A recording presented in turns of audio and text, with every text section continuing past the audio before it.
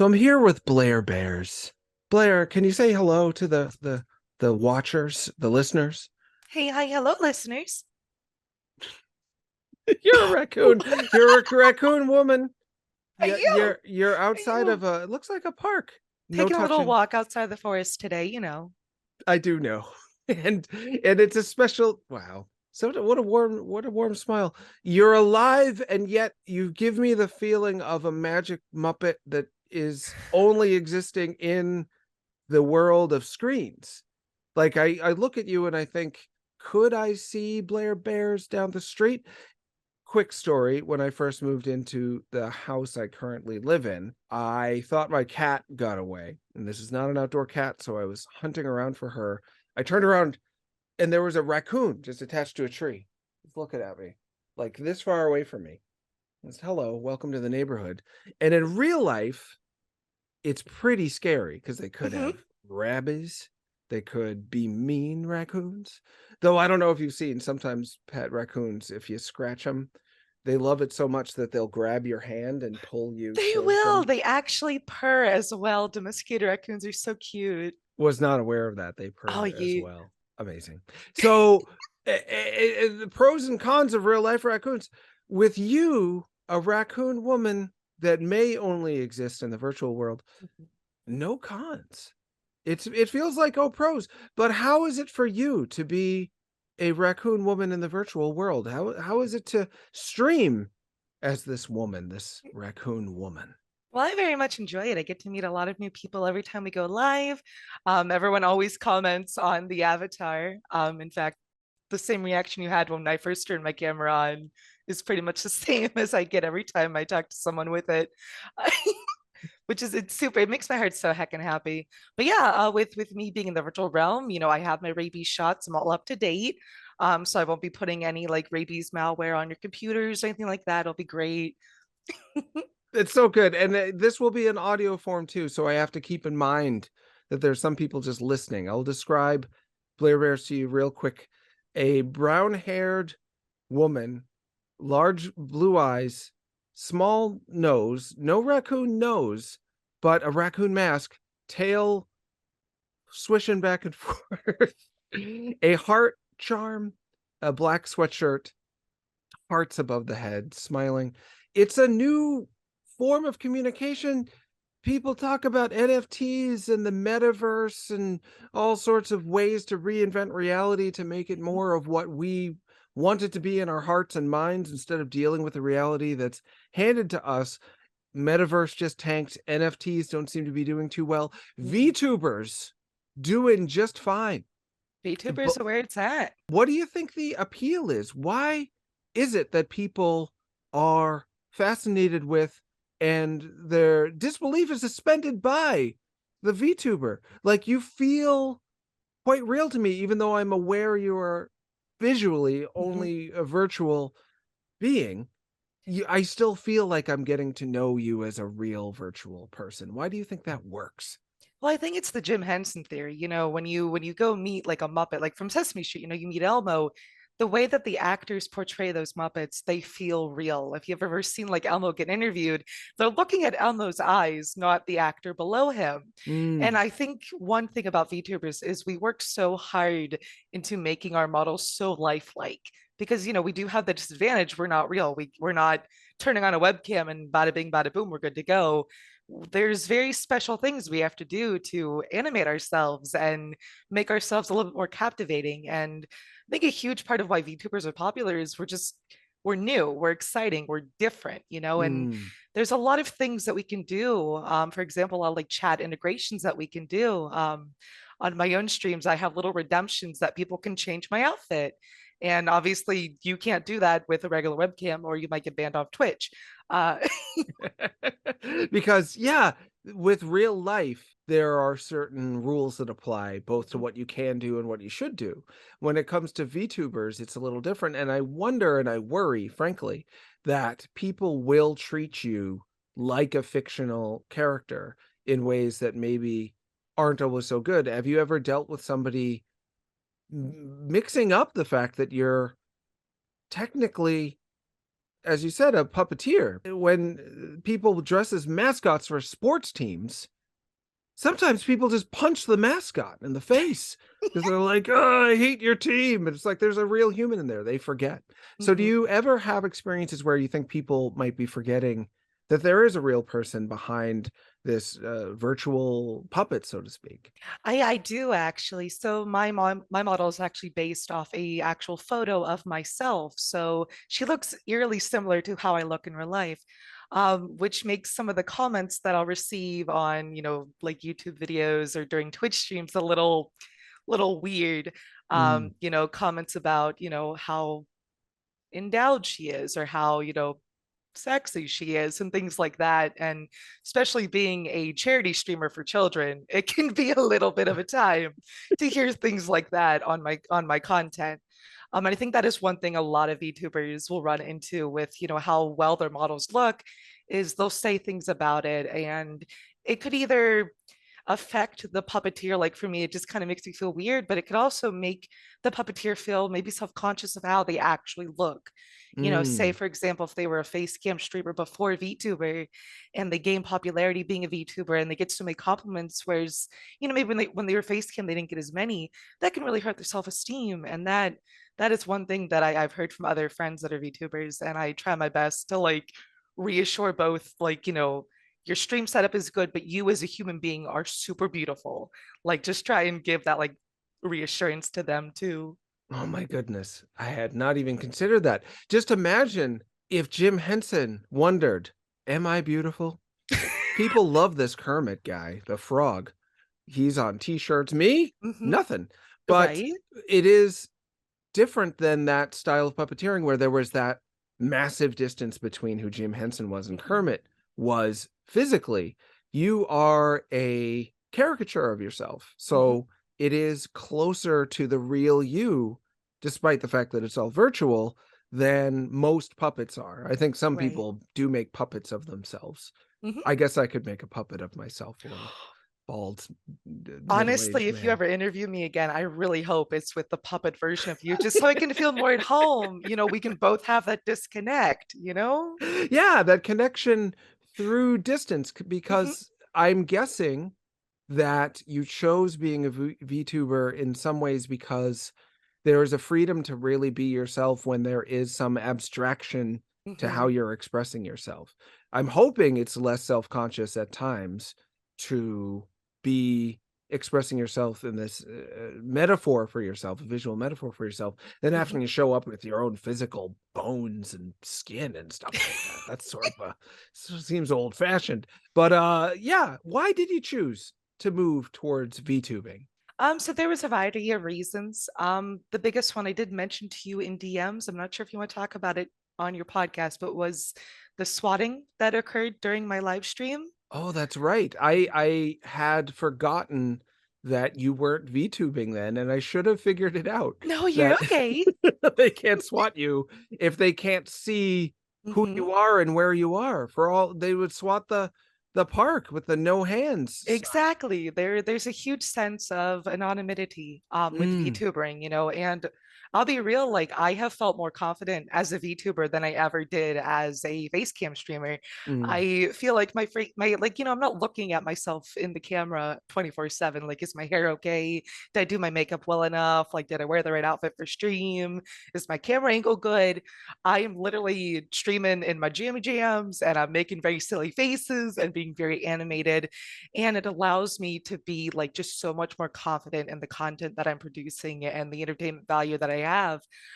So that is like super benefit of being a VTuber versus face cam streamer. mm, But above anything else, I love to be creative and think of new ways to engage with my chat, my viewers. Because as a charity streamer, without my community, everything I accomplish wouldn't happen. So I love to add little things to have them feel included in my community because they're it. So mm. having the little redemptions and the dono incentives of like changing my model, changing her outfit, adding silly hats and making her faces go all crazy, things like that are super important to me, and I love setting them up. Yeah. We didn't talk yet about being a charity streamer for children. Hmm. I don't know enough about how that genre of streaming even happened. I started streaming on Justin TV in Oh, wow. 2010. So it was a very different world then, and I fell Mhm. off because one of the things I do, not to talk too much about myself, is I'll get on the ground floor of a new thing, like I was on a reality TV show before Survivor was popular, before The Bachelor, back when it was like some people liked them. And then I stopped doing them right when they got big. Same with streaming. I was right there for the start of Twitch when it was called Justin TV. Then it Mhm. turned to Twitch. I'm like, I'm out. I'm gonna I'm gonna go back to writing magazines is what I did. I write for a couple of print magazines now. But You do, a you lot of people enjoy them.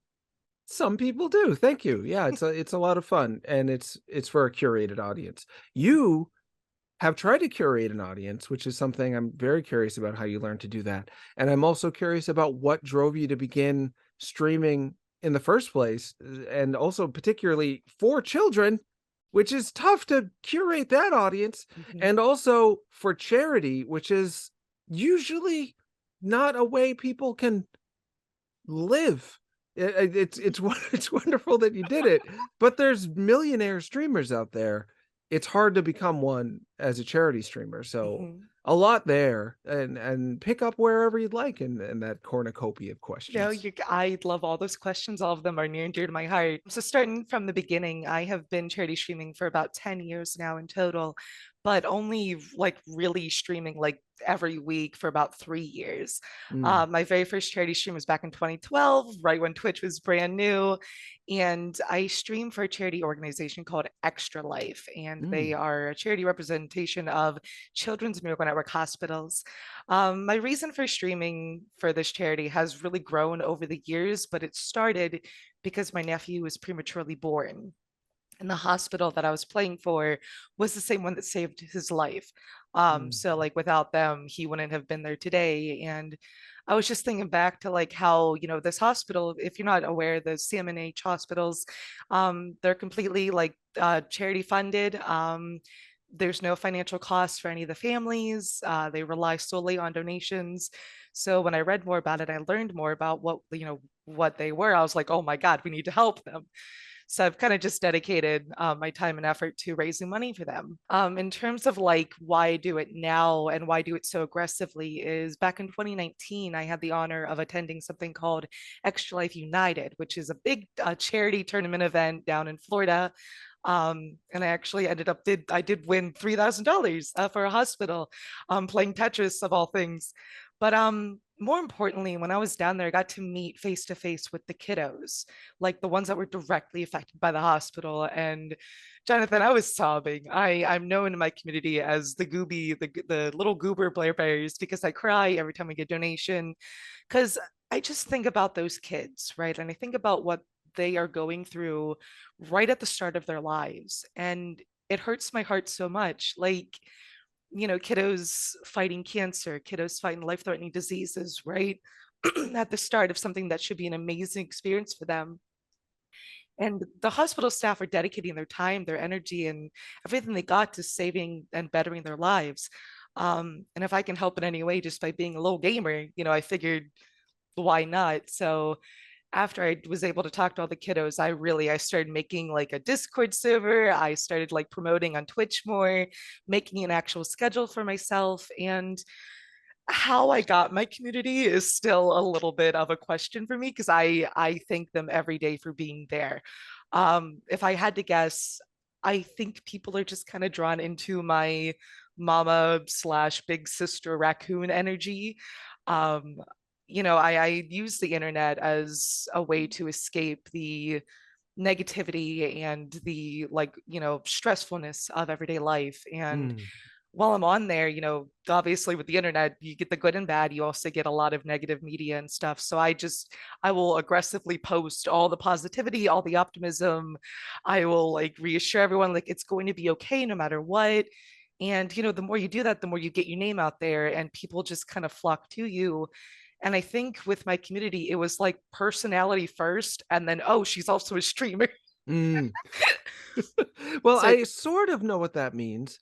You Are a streamer second, personality first? I think of streamers as pure personality, but I don't know if streamers often tout their ability to play a game well as the main thing that draws people in. You also described yourself earlier a few times, I think, as a wholesome streamer and Mhm. a cozy streamer.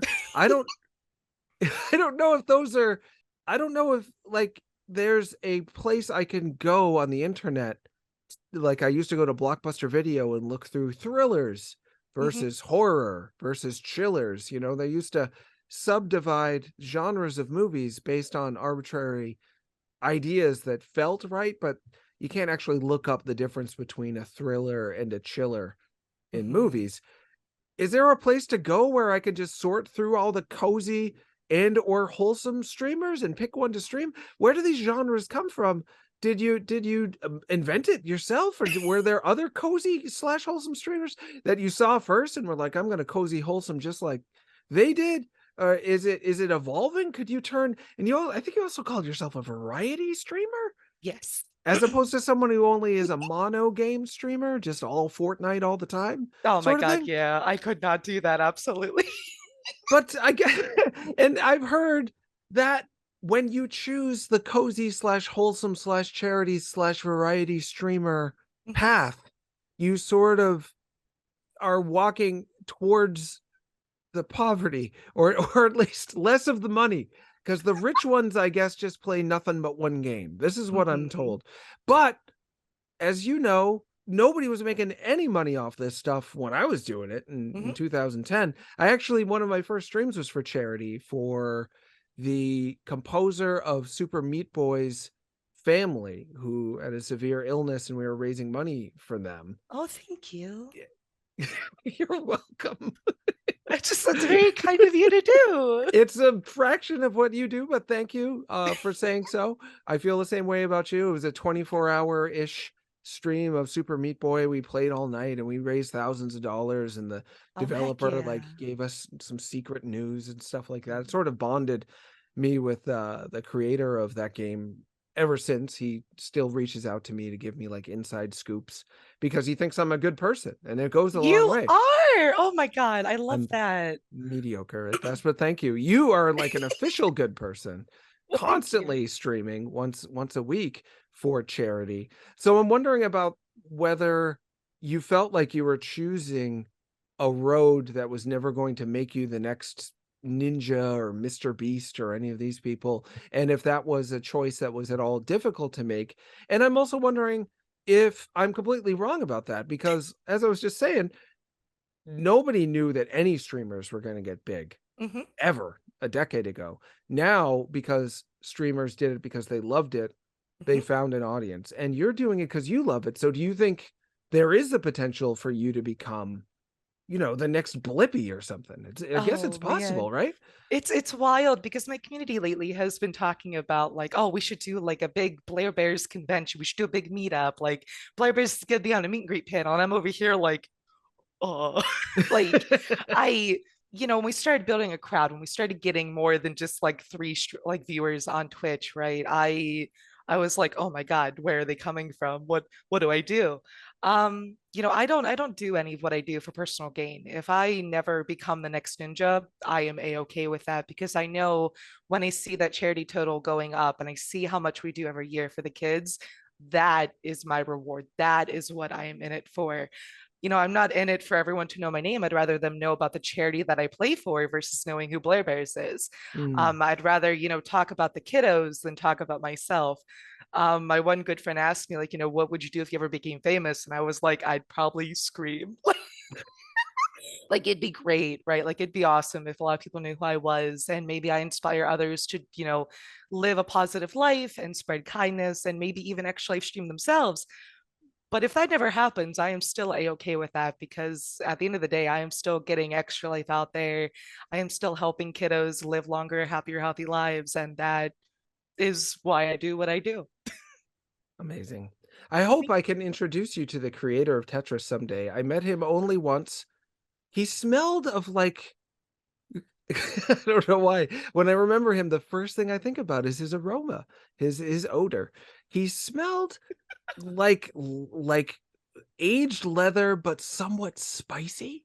I love that. Spicy That is leather. tickling a thing in my brain. I need to experience this for myself. Wonderful guy, warm, huggy before COVID, so he could be huggy. Just saying, like, I can't believe it. And now I'm making money off Tetris. I was just a computer geek in a lab making blocks move around on a virtual screen. Never saw this coming. Now I'm in Los Angeles talking about remembering which iteration of Tetris he was talking about then. There's so many. This I was back know. in like the Wii era, so it was a little while ago. I think it was the iteration of Tetris that you could control with your body on the Wii balance board, which is pretty bananas. Yes. But if I ever meet him, I'm gonna say, Please, oh, Jonathan, I would die if I ever got to hug Alexa. You kidding me? Like, it would be a it real would. wonderful moment. Yeah, Mhm. yeah, we can hope so. BlairBears, anything else you want to share with us before we wrap up our talk? I just super want to say thank you to you, first of all, for being an amazing human being. Um, I know you may disagree, but I just want you to know a lot of folks do follow your content, and your supportive nature towards so many communities is so appreciated, especially during some dark times we had within the past few years. So you, as a human being, are super heckin' beautiful, just like Jim Henson was. You know, Kermit's fine. Jim Henson was the beautiful one. And thank you for this honor of being on the Women Talking About Video Games podcast. BlairBears, anytime. You're welcome anytime. Thank you so much. Thank you.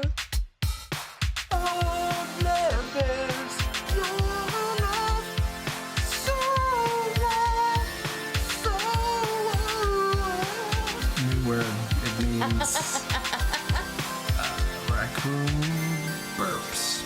It means raccoon burps. They taste like grape. So,